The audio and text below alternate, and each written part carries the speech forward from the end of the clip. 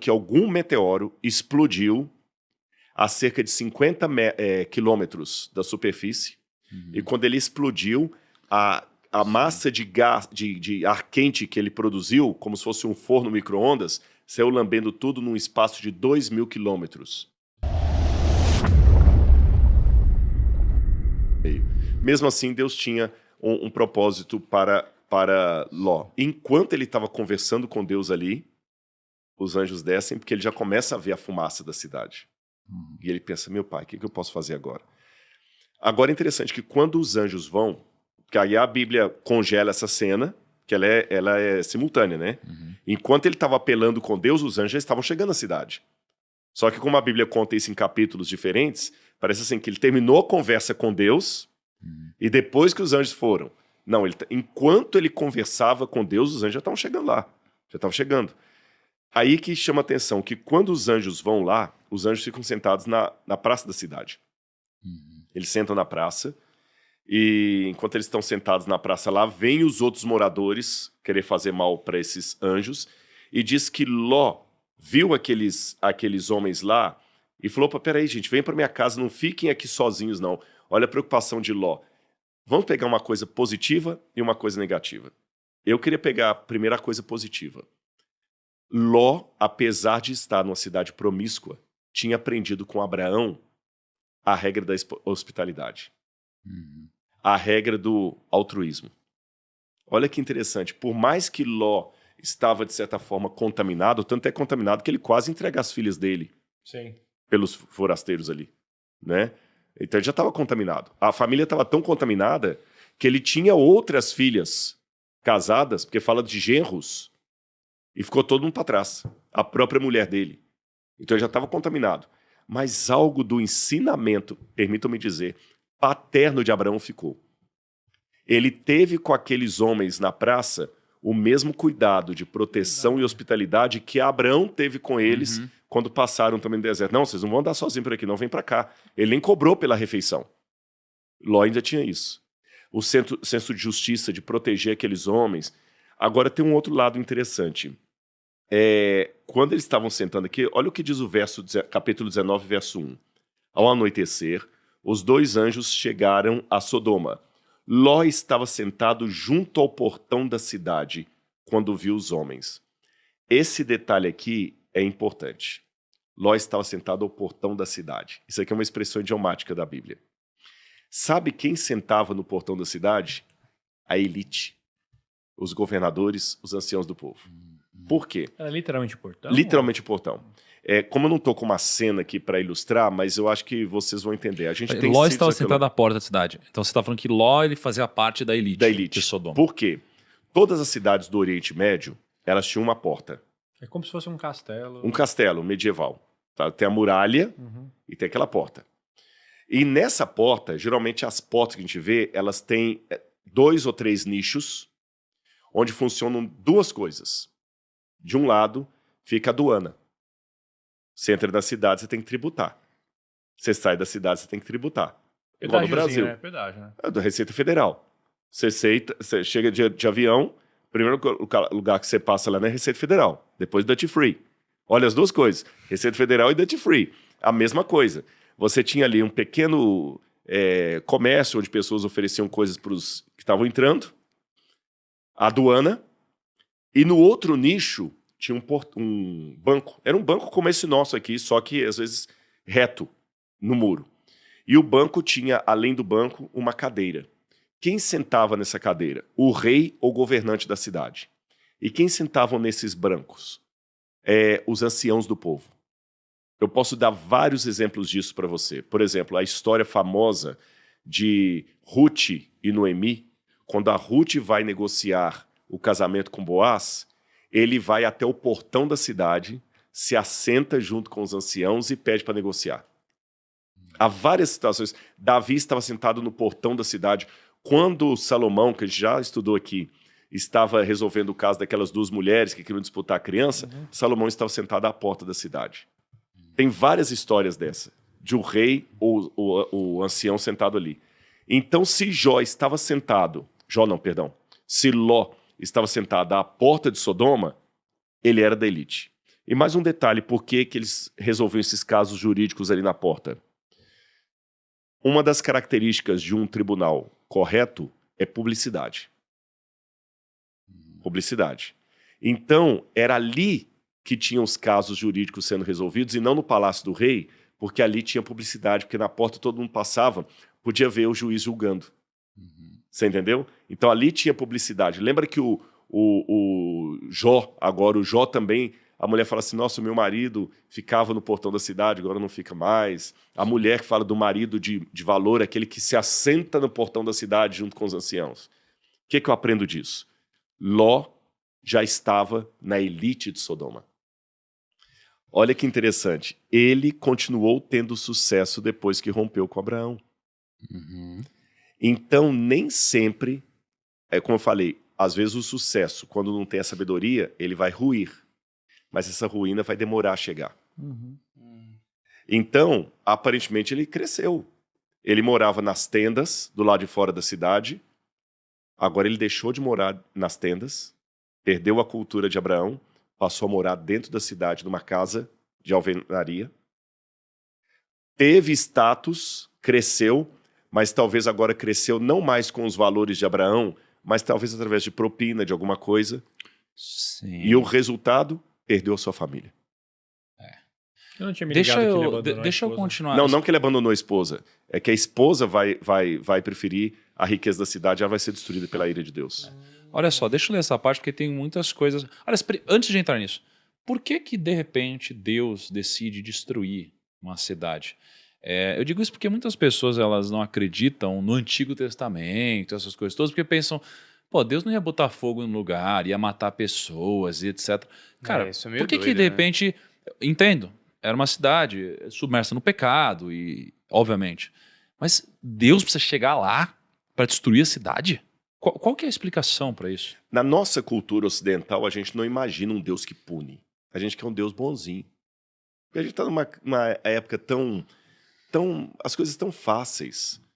Vocês sabem que há estudos mostrando, por exemplo, que as novas gerações estão tendo uma capacidade intelectual inferior às gerações anteriores.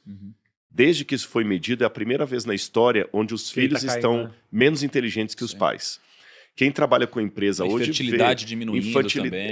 Exatamente. Você vê que muitas empresas, isso não vale para todos, gente. Tem muito jovem de valor, empreendedor, mas infelizmente há um número expressivo de jovens que trabalham em empresa e pode ler, ele não quer pagar o preço. Ele já chega querendo saber quando é que ele vai ganhar, ele já quer medir o salário dele com o outro, ele não tem a paciência de esperar, é frágil demais, se irrita com qualquer coisa, se ofende muito fácil, sabe? No passado, a criança chegava em casa com a nota 0, o pai queria saber o que aconteceu, me explique esse 0. Hoje é o professor que tem que explicar o porquê do 0 da criança.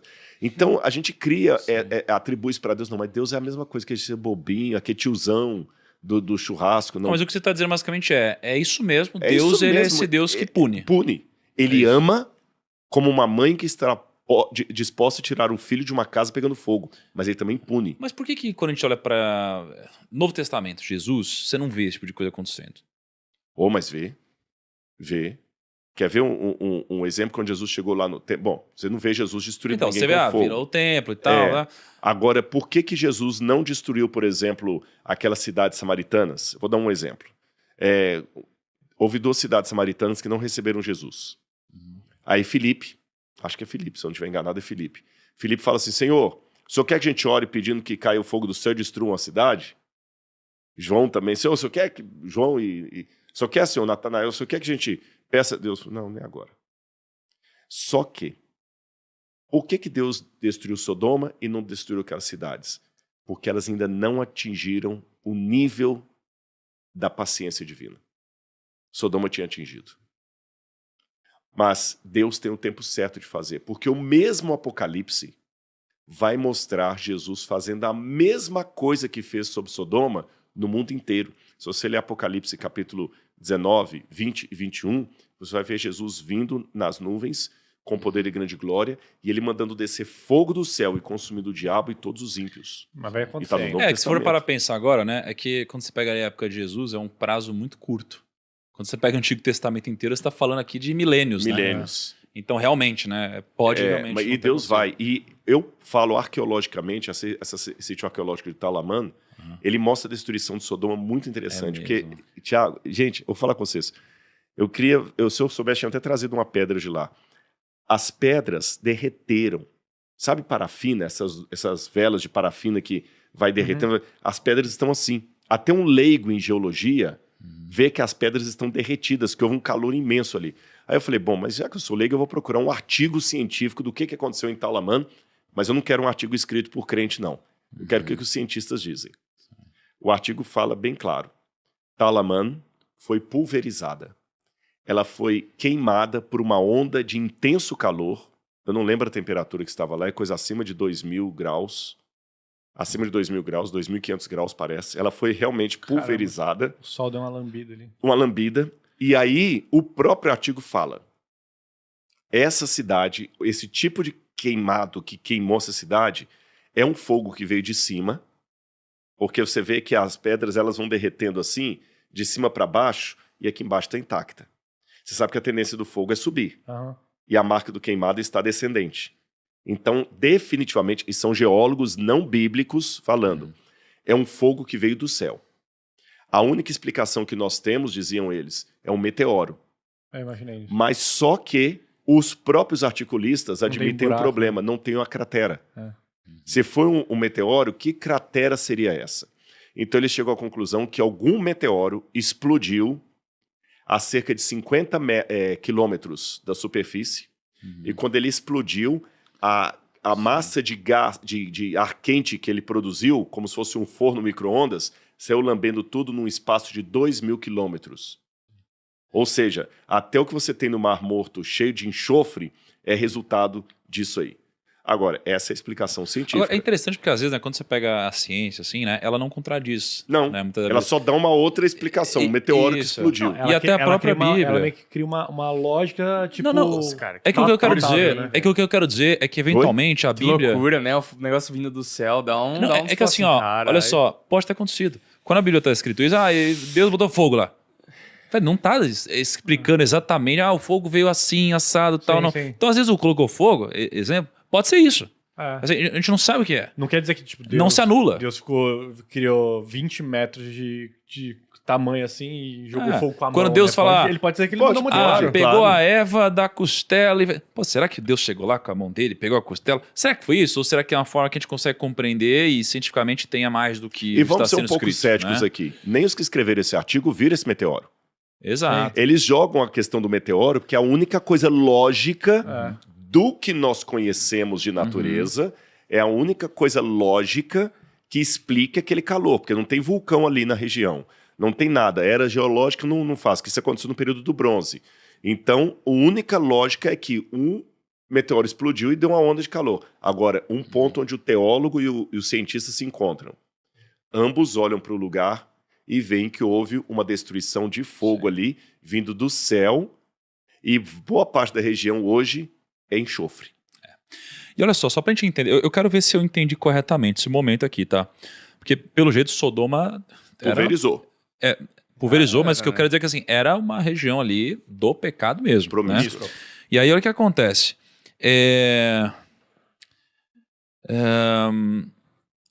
Chamaram Ló e lhe disseram: onde estão os homens que vieram à sua casa esta noite?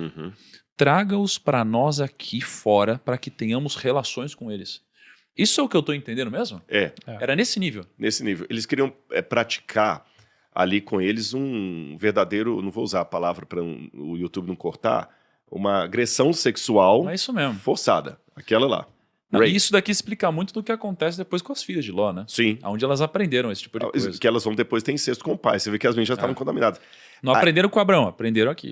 Aí lembra aquilo que eu falei, que você falou, ele perdeu a mulher dele, porque a mulher dele amanhã vai morrer depois do incêndio ali. Ló continuou tendo sucesso depois que ele rompeu com Abraão.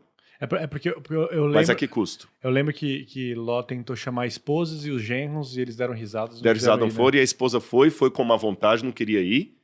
E depois ela morreu, e aí vem aquela questão que ela se tornou uma estátua de sal. O que é estátua de sal? Eu não entendi isso. Na verdade, o que Porque, veja bem, quando diz aqui essa questão da estátua de sal, vou explicar para vocês. Quer ver quando fala que a parte que ela vira uma estátua de sal?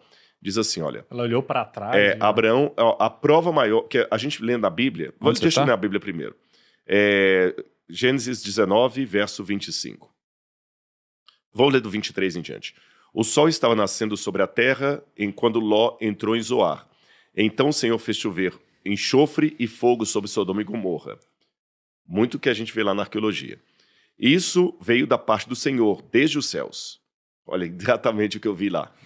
Ele destruiu aquelas cidades e toda a campina e todos os moradores da cidade e o que nascia da terra. E a mulher de Ló olhou para trás e virou uma estátua de sal. Ponto. Só isso que a Bíblia fala. Aí a gente lendo isso, os filmes mostram o quê? Aquela mulher, ela subindo e depois ela olha para trás e congela como se fosse aqueles, sabe, a medusa, que o camarada olhava para ela e virava estátua. É isso que a gente imagina. Mas não é o fato de olhar para a cidade que a fez virar estátua de sal. Tanto é que, poucos versos depois, no verso 26, diz assim, Abraão olhou para Sodoma e Gomorra e toda a campina e viu que da terra subia fumaça. Abraão também olhou para a cidade, não virou estátua de sal. Então o problema não é olhar. Quando fala que ela olhou para trás, é uma expressão idiomática do hebraico. Sim. É igual lech lechá. Olhou para trás, dá a entender que ela voltou para a cidade. E deve ter sofrido aquele bafo quente de enxofre. De enxofre caiu, você está entendendo? E veio todo o enxofre por cima e aí... como aconteceu em Pompeia e Herculano, que muita gente voltou para pegar dinheiro e morreu no Vesúvio. Não, isso aqui é metafórico também. Assim, no sentido de tem uma grande mensagem em olhar para trás. Né? Olhar para trás. Jesus fala, aquele que põe a mão no arado e olha para trás não é digno do reino. Então pensa assim, né? Assim, vamos voltar para o começo da história de Abraão. Abraão, Deus pega e fala assim, abandona a parentela, a cidade, abandona tudo e vai. Abraão foi. Ela queria voltar. Aí imagina que assim, aí ele pega e olha pra trás. Ele tá falando aqui sobre o seguinte, não, cara, mas não consigo abandonar aqueles meus vícios antigos, aquelas pessoas que eu gosto, aqueles hábitos que eu tenho, vou voltar. Aí você sai fisicamente de lá, mas você não deixa aquilo ser dentro de você. Né? E eu acho que nesse caso é aquela pessoa que se acostumou a viver nessa região pecaminosa. É aquela pessoa que fala, não, vou mudar de vida.